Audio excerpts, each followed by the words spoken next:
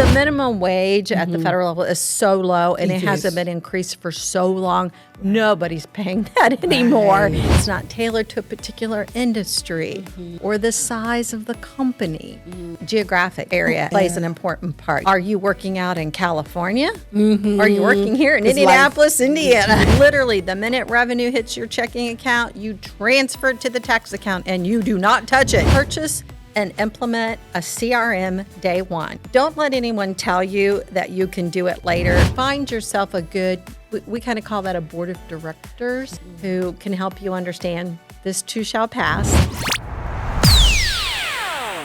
Hello and welcome to another episode of the Own Your Brand Show. I'm your girl, Victoria Odekomaya, and on this show, we share stories and insights from amazing women that are crushing it in their business, as well as share insights on how you can grow your brand and your business. And today I have a very special guest who I had the opportunity to photograph with the Nabo Boss Ladies magazine. Like, this woman is doing it. And I'll read a bio in a moment so you can get an idea.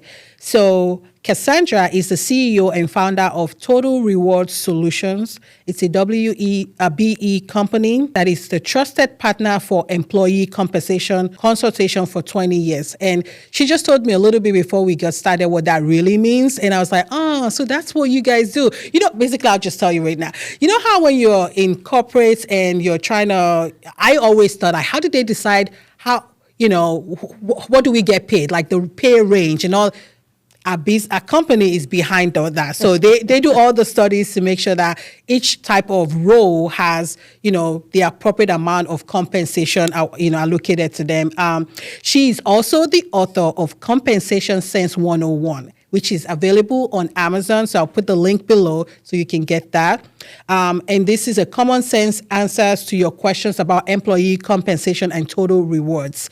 She has over 30 years of experience in human resources and is frequently a speaker at conferences or a guest speaker on podcasts, as well as has several articles published on various media. So I am so thankful for you coming here. Thank you so much for coming to share your wealth of experience in the area of being an entrepreneur as well as in HR too. So welcome to the podcast. I appreciate the opportunity to be here. Thank you. How are you doing today? I'm doing good.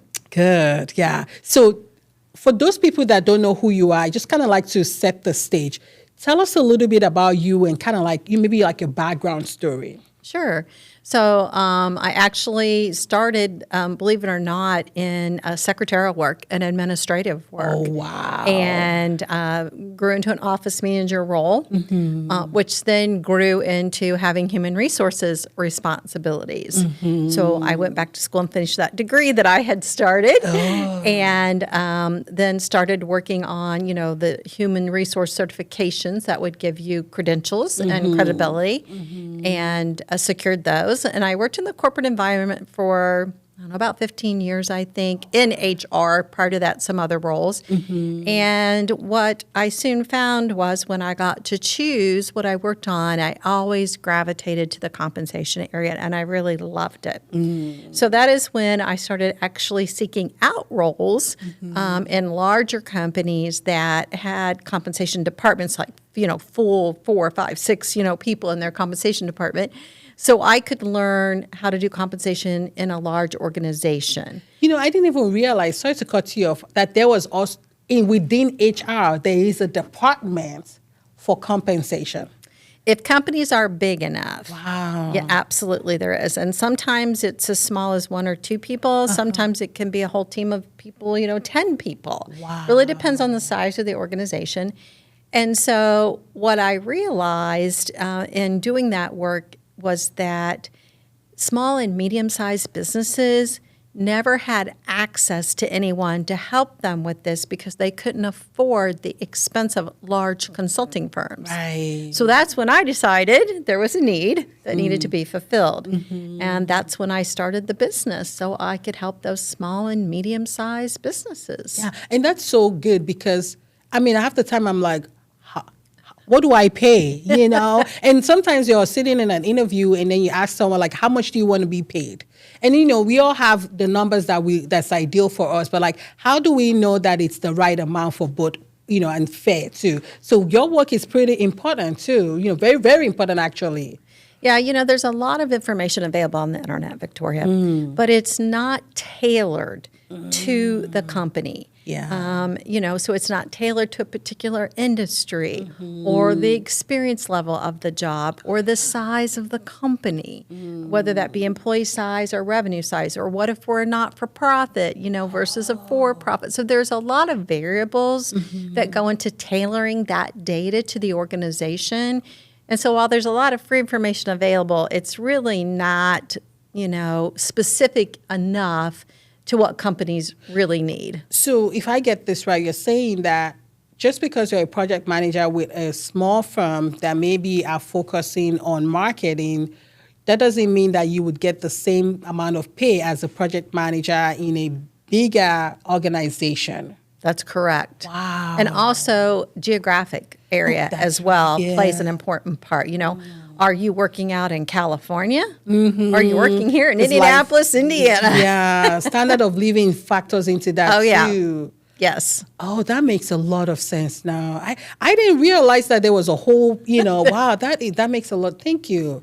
You're welcome. Because your job is so important because, I'm thinking back in the day when I used to get a paycheck, it makes sense that I'm getting the right paycheck for my job, also to be able to have a living, Right. So it's important that we have people that are dedicated to making sure that not only, we're being paid fairly, but the employees also have life. They can live a life too, based on what they do. Wow. Yeah. We have a lot of conversations with our clients around living wages for their area, so that, hopefully maybe we can start, their starting rate at that. Some organizations literally can't afford it, but others can. I actually thought it was based on federal level. How they have the minimum wages. I thought that a lot of that too. But the minimum wage at the federal level is so low, and it hasn't been increased for so long. Nobody's paying that anymore. It's kind of almost ridiculous that the law exists, because nobody pays that low of amount anymore, and it's so far below a minimum living wage. Which is different than the minimum wage laws. And what it takes for somebody to survive just for basic needs. Right. And I'm also thinking for a company to be competitive too, right? They need your services to be able to factor in that competitiveness, right? To provide a competitive offer to people that they're trying to hire. Exactly. That whole industry piece is really important. Industry, size of the company, geographical location are some of the really important factors. Wow. So you decided that you love this so much. You've had a lot of experience. Now you start your own business, right? Yes. What does it look like in the very beginning? Were you did you come in with a lot of clients, or you were like, oh my God, what was I thinking? Well, I was kind of fortunate. We are at a position in our personal lives where my husband had asked me if I would think about working part-time, to which I thought he was absolutely crazy. But I did seek that out and found a 30-hour-a-week job. And so with the balance of my time, I started building this business on the side. That's smart. And so I literally went back to places I had worked previously and said, hey, I'm hanging out a shingle. I'm available to do some work. If any of you, are interested in me helping you out with this, let me know. My very first project came from a previous client that I had worked at, where I wanted to do a pay study while I was there, and they would not let me. Oh, wow. But after I left, they asked me if I would come back and do the pay study. And that was, 20 years ago, and that's just hard to believe. But that's how I got started. And then, you just keep reaching out, and you keep doing your marketing, and you keep networking and having coffee until you think you can't drink another cup of coffee. And then word of mouth just starts getting around. That's right. It's funny that you're the second person that mentioned, when they started their business, going back to the previous people that they've worked with and then getting big.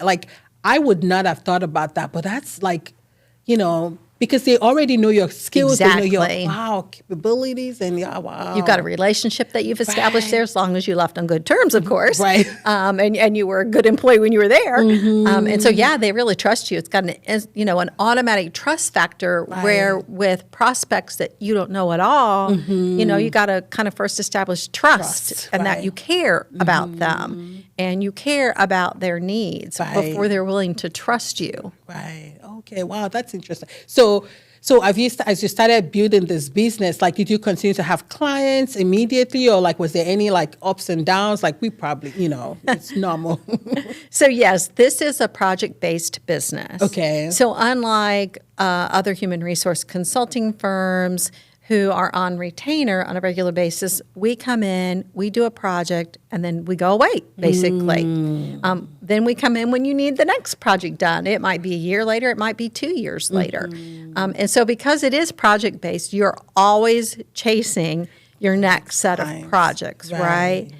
However, after you've been in business a few years, if you have a good follow-up system, you're following up. Hey, it's been 2 years since we did that base pay project. It's time to look at those rates again. Are you ready to do this? And so those previous clients, where we've had the privilege of doing a project with them 4, 5, 6, 7 times at this point is really exciting because we've built really strong relationships with those folks. And, to the point where, they're more than just a client. Yeah. That's amazing. I mean, like, what I'm hearing from you from a marketing point of view is like there's gold in that follow-up, and it's cheaper to get a follow-up. It might cost you nothing, essentially, than to try and get a new client. So people, you don't want to sleep on that. If you ever have the opportunity to build a relationship, a long-term relationship with a client, do that. So that way, because it's not like it's not like you're taking away from them, because it's an exchange of service, right, for money. So you're helping them continuously, and that has a lot of value in it too, because now they don't have to worry about trying to search for someone to come help them out. They already have a trusted person that they've built a relationship with, and it just, keeps on going like that. Yeah, they don't have to train a new person, right? You know them. And so that goes a long way as well. Yes. Oh, that's incredible. So was the pandemic, I'm just curious, did you have any time where you're like, okay, where are the projects? Like, what's going on? Like, Oh, yes. During the pandemic, not only did every project that was in process put us on hold, but every prospect put us on hold as well, literally, for about a 3-month period. Wow. And actually, during that time period, I birthed a second company. Oh, wow. Okay. I decided, it really makes you reflect, right? Yes. So that time did it. I started reflecting on, what do I want to do next? What's another thing I want to do yet? Right. And what I had remembered at the time, I had been in business maybe about 15, 16 years at that point, was that I remembered how hard it was to get started. I remembered all the forms, all the processes, just everything, proposal letters, everything I had to put together, right? So we went about putting it all into a turnkey solution, and it literally took us about 3 years to build it. Wow. Because then business picks back up, so now you're doing it on the side, not full time, right? It's kind of like starting that side gig. And so we went about building it. And we have that completed now, and that's exactly what it is. It's a turnkey solution that helps other compensation professionals leave the corporate world and start their own compensation consulting practice. That's amazing, because I remember during the pandemic, there was a lot of exits out of corporate. Yes. And a lot of us, I think that's when I actually came out of too, like, we were just going based on our desires, our passion, like, I can do this, let's go. And then you're like, oh, but I have to fill out this form. And then I have to do this. Oh my God, nobody told me that I need, it's like, oh no, what did I get myself I'm supposed to pay taxes? Yeah. Oh God, yes. So that is so valuable, just being able to have, okay, this is all you need to know, and these are the step-by-step checklists, to keep you going, so that way you're not getting in trouble where your passion is driving you to move forward. And you're not trying to do all that and build business at the same time. Ooh, that's right. Was what I found. You know, I'm trying to wear 14 hats. So what I've done is try to take it at least down to maybe people are wearing 7 hats instead of 14 when they start, by giving them all the tools and processes that they need. And so now they're spending their time on business development and building relationships and connections and getting the work in the door. Wow. And I know you have this 10 tips that you have for entrepreneurs. So maybe we just dive right into it, because this is like a great segue for someone out there that may be thinking like, you know, I really want to start my business. I know, you know, like, or I'm already doing it, but maybe there's something out there that I could be doing. So do you want to share with us the first tip?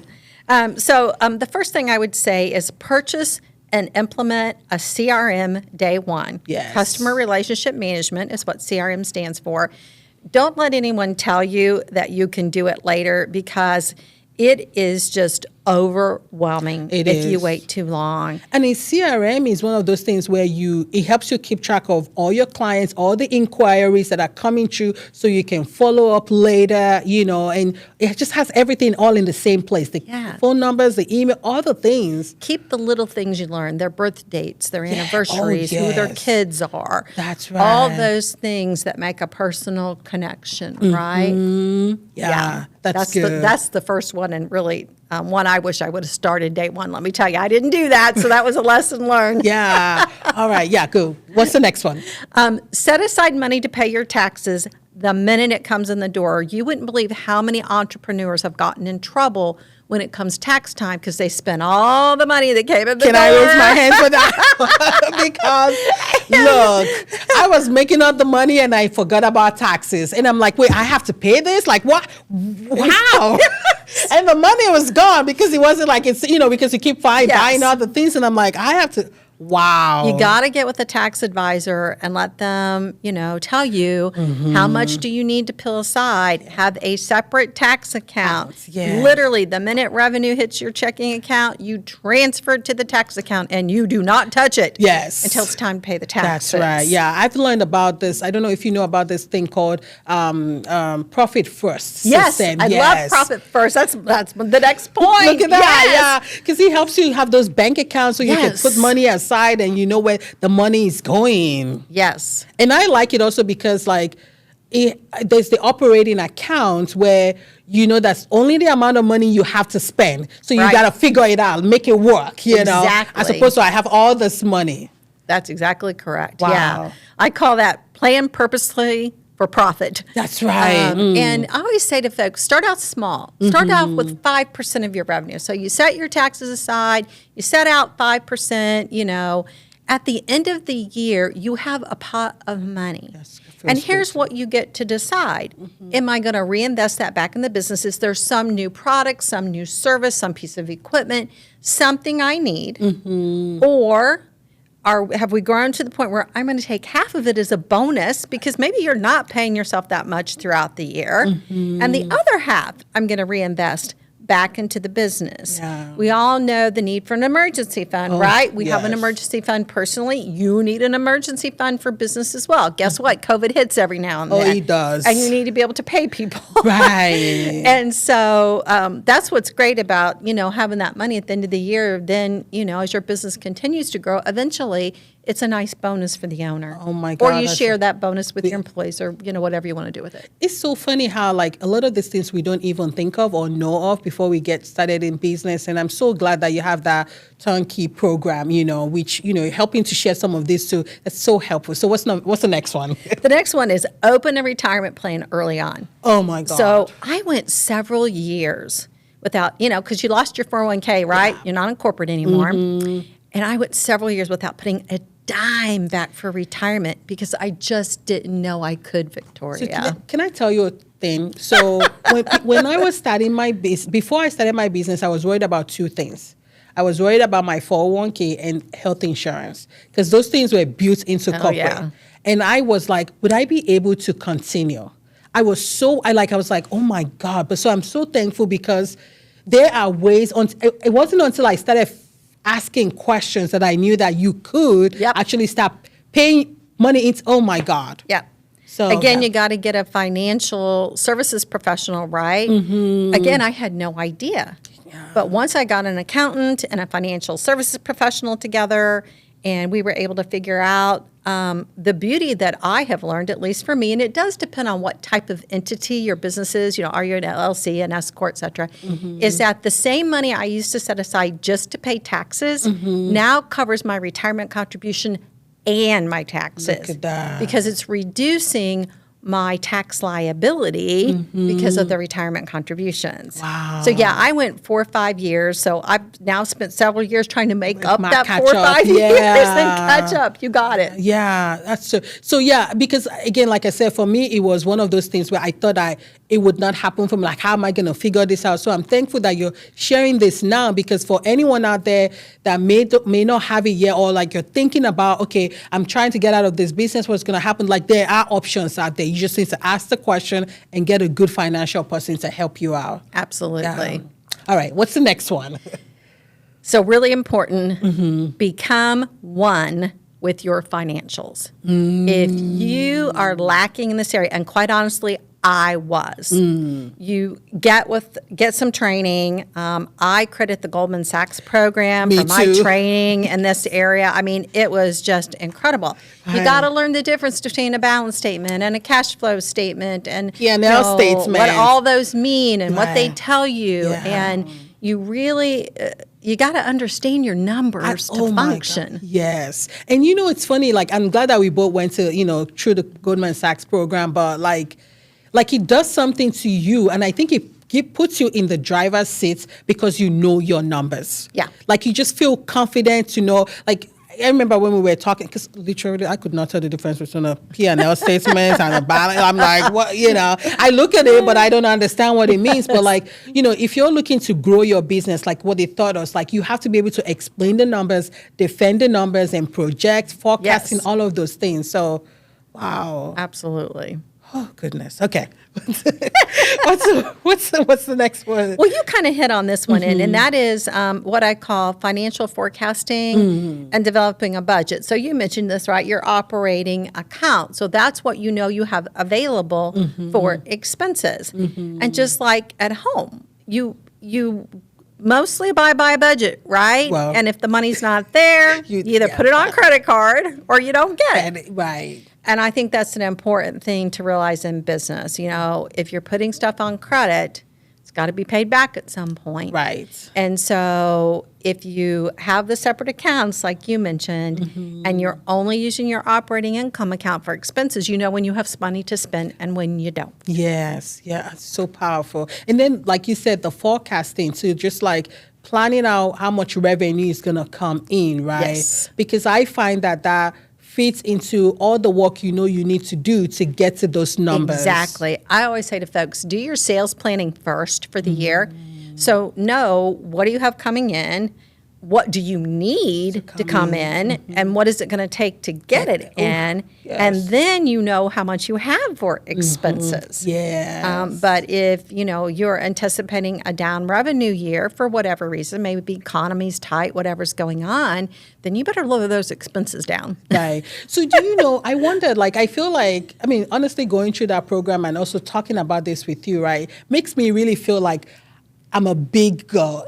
Yes, because it's like, these are things that nobody taught us, how That's to right. run a business, you just literally go out on the passion of what you love to do. Yep. But there is a method to it, like, and I think it's the same thing that big corporate people do too, right? Right. But like, I was just wondering, like, what do you feel like? Why do you feel like we always just like don't even think about all of these things? Like, we don't look at, because you made a great scenario here where like your personal finances, you kind of treat it the same way. You want to at least, like, what are the budgets that we have for this and that, right? You want to have the same thing in your business. Why do we not think of it like that when it comes to business?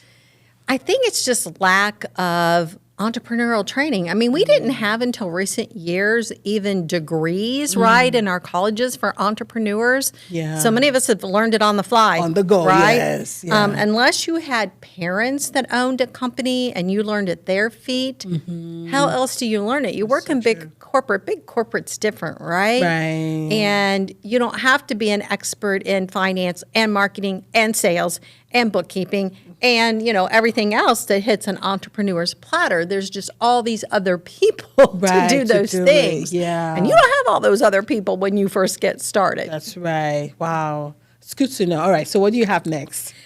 You need a marketing and a sales plan. Oh, yeah. I'm 100% in agreement with that And one. since you do that work, you totally understand. Yes, you absolutely have to have a marketing and a sales plan. You're not going to get where you need to go without one. And, like you said, I love the way you put it. Like, you have a sales plan in the very beginning of the year. So you know how much work you need to put in, whether through your marketing or all the other pieces, how you market your business to be able to get to those numbers that you hope to get to forecasting, right? Exactly. But because we don't do that, we don't even know whether our marketing is working or not, because there's nothing to measure up to. Exactly. Wow. Well, and to me, I've always treated marketing as an expense. I know you can track marketing metrics, and I know there's some ROI on marketing, and I do understand that. Right. But at the same time, marketing is marketing. It's getting your name and your brand out there is what it is.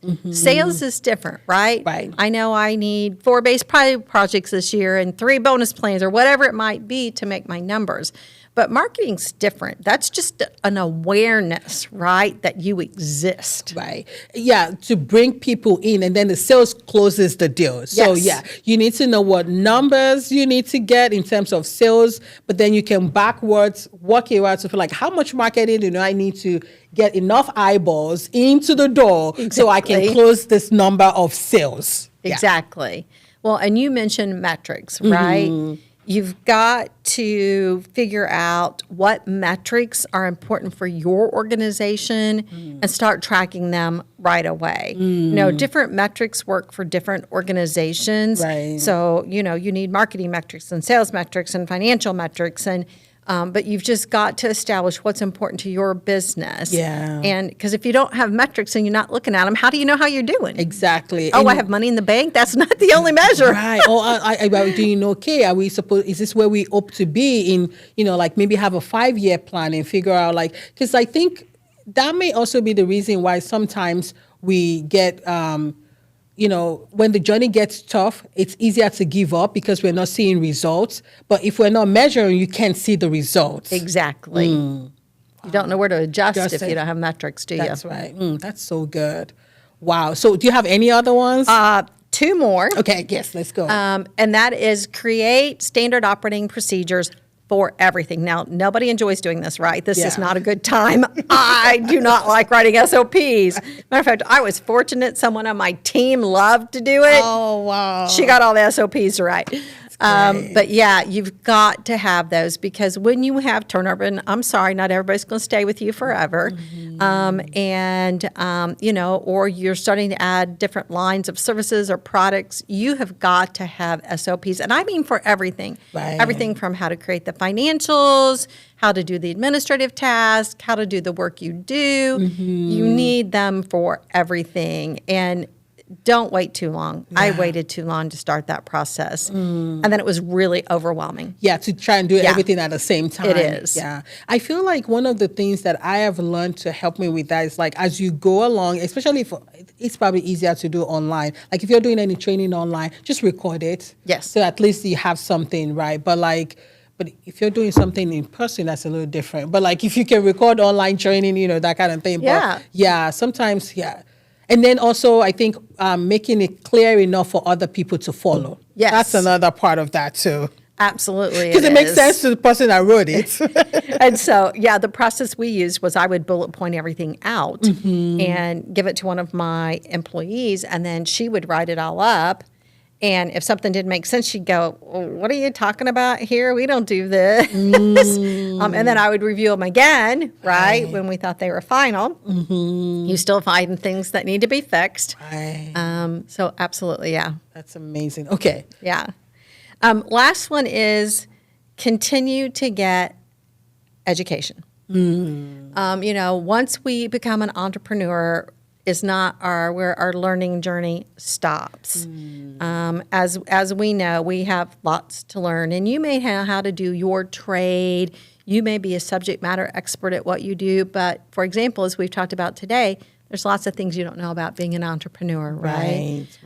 There are so many great low and no cost programs out there that are available. So many resources for entrepreneurs that they can, use.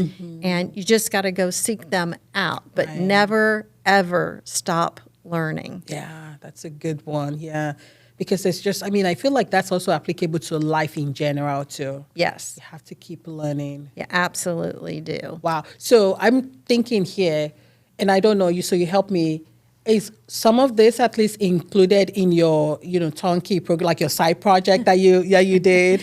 It is, because we felt this was important. And so we actually have an SOP manual for that business, for people who become advisors and licensees with us. That has a lot of this information in it. That's amazing.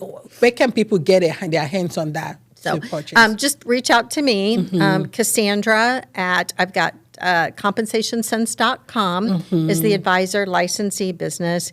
If we have a business who is looking for help with their employee compensation, that's Cassandra at totalrsolutions.com. Okay. And I'll make sure to put all of that in the link below too, because first of all, I feel like there's a lot of us out there that are small business owners that we definitely need your help figuring out what do I need to be paying, especially as you grow into, also like to get our hands on this opportunity to redo if we need to go back and like the forms, how to write a proposal, like all the things that we needed to have put in place before we started a business, as we just continue to do it as we're going, because sometimes it might come to bite us eventually, but before it gets to that point, get some resources to help you. Yeah, absolutely. Good. And then so your book too, where can we find your book? Book is on Amazon. It's the only place you can find it. And it's available in ebook format. If you like the paperback like I do, it's available in that. And then it is also just newly released in audio version, and that is available on Audibles. I believe you can also get it on Amazon too. So that's exciting. It is. Because like a lot of people want options now. So like I can listen to. So you got no choice, okay? You got the reading, you got the audio version. So yes, so get your hands on it. So before we end, I want to ask you, I know you have a ton of experience, over 20, 30 years of experience as an entrepreneur. What is something that you would tell to anyone right there that is like struggling? You've shared a lot of tips already, but like if you could speak to them and say, look, whatever you might be going through right now, because a lot of people that I know listen to this are, we feel isolated. We feel like we're the only ones going through this. I'm thankful that you mentioned like we wear a lot of hats, but that's not just us. It's a ton of people. So if you can just share with them a word of encouragement to just, like help them as they're going through life right now to, keep going. I would say first, stay the course. And secondly, network. Get yourself a good group of people that you trust, that you can pick up that phone when you're having that bad day. I fielded one of these a few weeks ago, just in tears. We all have them. Wait, are you saying that the bad days never end? Like no matter how long you've been in business? No, we all have bad days, right? And sometimes we just become overwhelmed, right? And we just need someone with a listening ear who's been there, who says, hey, look, let's put this in perspective, and just helps them think through it, process it. And so, find yourself a good, we kind of call that a board of directors. Yeah. Find yourself 2 or 3, 4, 5 people you can trust, that you can pick up the phone on that bad day. And, you can get somebody who's been there, who can help you understand this too shall pass, and you will, be able to continue on. But in the moment, it can feel very overwhelming. I mean, maybe you just lost the biggest contract you ever wanted in life, right? Yeah. You're devastated. Or maybe, you're struggling this month with, how am I going to pay people? I mean, these are real struggles that all entrepreneurs face. Wow. Thank you. Thank you so much. Sure. Well, I hope that really helps and inspires you, but I would love for you. We're going to put all of the links in the comment below so that you can get your hands on these resources, either the book reading or listening, and also tell us the name of the program again. I don't think we kind of actually got Compensation Sense. SENSE is the advisor licensee opportunity. Yeah. So if that's something that you're interested in, definitely get your hands on it. And also surround yourself with a board of advisors, because life is full of ups and downs, and we need those people around us to lift us up when the journey gets tough.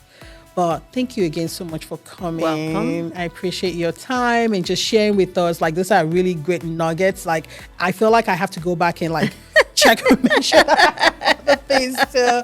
But until next time, keep it locked here, and we'll bring you new episodes every Monday. Take care.